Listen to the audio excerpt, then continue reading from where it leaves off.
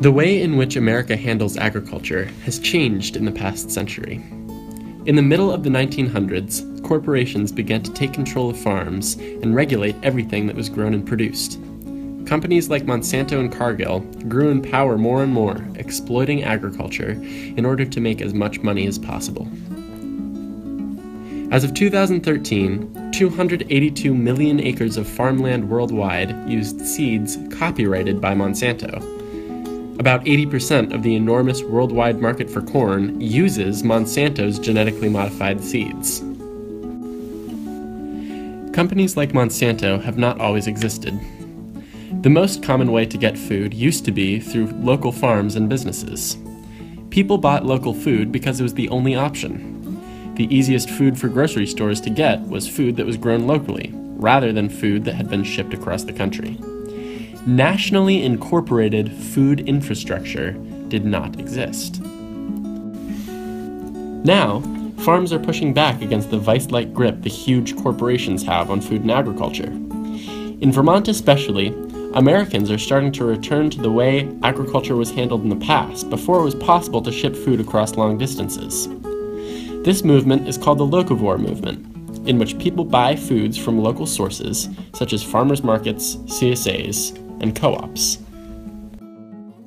Being a player in the local organic or local agriculture arena is huge to us, because about 90% or so of all of our product that we raise and produce here on the farm gets consumed or used within, by people who live within 15 miles of the farm. There is good evidence to back up some of the economic benefits of supporting local food systems. There's a multiplier effect. If you buy food locally, then that money that you spend on the food tends to stay in the community and recirculates.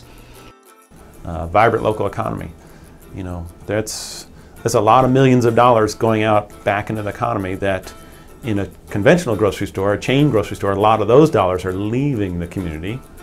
And they have outside investors from far away. Those folks don't even know there's a store in Middlebury, Vermont. They just invest in that chain. The Middlebury Natural Foods Co-op is designed to provide the member owners and the community healthy foods, a vibrant local economy, environmental practices, a cooperative democratic organization. In order to demonstrate the feasibility of eating entirely local, we decided to try it for the month of January. We chose to only eat food that had been grown within 150 miles of Middlebury, where we go to high school. For the first 2 weeks, we ate only food that was grown or raised within the 150-mile radius. For the remaining 2 weeks of January, we chose to add locally produced foods to our menu. I would say that the easiest parts of eating local have been the availability, the easy access to local food, at least here in Middlebury, with the co-op, where there is a store that has a large amount of local food, whereas we don't have to travel to a town like 20 miles away or something to find it. It's right there in town, which has been great. Our relationship to local farms begins with ACORN, which is the Addison County Relocalization Network, which is an organization that hosts a lot of hosts meetings with growers, and their #1 mission is to bring more local food out of Addison County and into industry and onto the plates of Vermonters.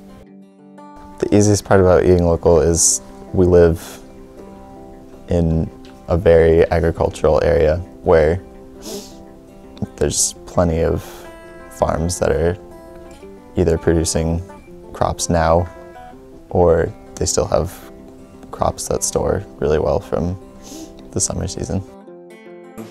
I think Addison County, Addison County is very interesting. Back in whenever it was, we'd been doing the Burlington Farmers Market for years, and then for one reason or another we decided that we wouldn't do that anymore, and eventually we landed at the Middlebury Farmers Market, and sales were never what they were in Burlington. makes sense. And we tried to figure it out, and I think it had to do, in our analysis, well, people had home gardens and they were pretty self-reliant, and so they didn't need to buy things that they were providing themselves. The result of the food system that we've built in this country is that the food that is the worst for you and the highest in sugar and the highest in fat and the most processed is the cheapest. And that stuff tends to come from very far away, or California or the Midwest. So it's really difficult to eat local while also keeping a tight food budget. The biggest challenge associated with eating locally for the past 2 weeks is the way my parents react to the financial aspect of the challenge. It's very expensive and I've been getting on their nerves. Probably the biggest challenge has been being around places where either other people are eating food that isn't local or I'm being offered food that isn't local, and it can be harder than it seems just to say no thank you, I can't have this, and then you have to go into why, and that's been difficult. Local is great if you can do it, if you live in a place that's producing, if you can pay for locally produced food. But California has no water, right? So I mean, what a lot of people are saying is that what's truly is actually in fact feasible and it will improve actually necessary is a regional food system is what we're going to have to rely on. It's February 4th. We have just completed our month-long local food endeavor.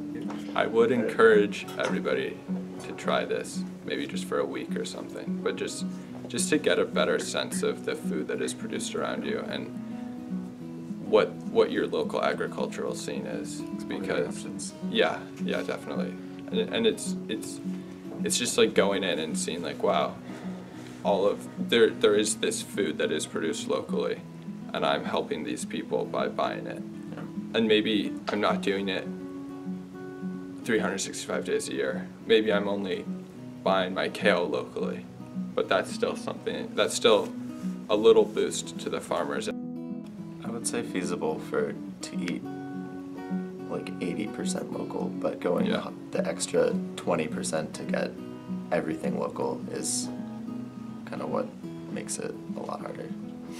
Like, you eat local, you feel like you're supporting your community, you feel like, kind of a good person, you're supporting something that really needs support, Going into this challenge, I thought that it would I didn't think it would be that difficult because in past winters I've had issues with my skin, and because of it I've cut off from eating dairy for a couple months, and I thought that it'd be sort of a similar thing to do, a similar type of process, both financially and just with difficulty of cooking. But what I realized is that if you take out something like dairy, it's just sort of one chunk is gone, but everything else is still there. Whereas if you confine yourself to local, it's all the types of food you have just get way smaller, and the opportunities you have to eat those and cook with those gets a lot smaller. So both financially, as we've discussed at length, and just in ease of preparation of food, it was much harder than that, because just with any type of food you tried to prepare, you ended up with far less methods and types of food with which to do it. An individual can do many things. I would say the first thing is simply looking for local food in stores. The second thing is to shift your diet so that you are eating more in your household of the things that can be grown locally and the things that are in season locally. Being interested in cooking and not eating processed food so much. Keep in mind local is not just farms, it's all kinds of stuff. They're producers in any ways. And so you have to decide what you're mostly interested in. There's some coffees that are roasted in Vermont coffee, Bud's beans, things like that we're actually calling as local, because even though the beans were grown in Central America, they're brought here, they're roasted, repackaged, sold, and so part of the whole local thing is not just about the food being local, but also the local economy, and those businesses are important, and we want to support them. I mean, that's the best, is buying directly from the farmers. They get maximum amount of money that way, and that's really what you want to do to support the farmers. I think we're sort of the next step, you know, and we're more of a convenience because you can come and do your whole grocery store shopping trip here. Start growing some of your own food and then eating that during the growing season, which is fun, and it's also tastes great. So you'll get better quality food, you'll have the pleasure of growing your own, and you'll save some money by doing that. Start storing some of the food that you grow. Grow things that can be stored through the winter, like winter squash, or carrots, or potatoes, or apples. It shouldn't be this difficult, especially financially, to eat locally. And it's ridiculous how much more, like, for instance, greens. I noticed that like local greens can cost sometimes up to like double the amount that you'd get regularly, and that's just crazy, and it shouldn't be that way. Yeah, totally. I think just talking about it with people gets you excited and wanting to do more of it.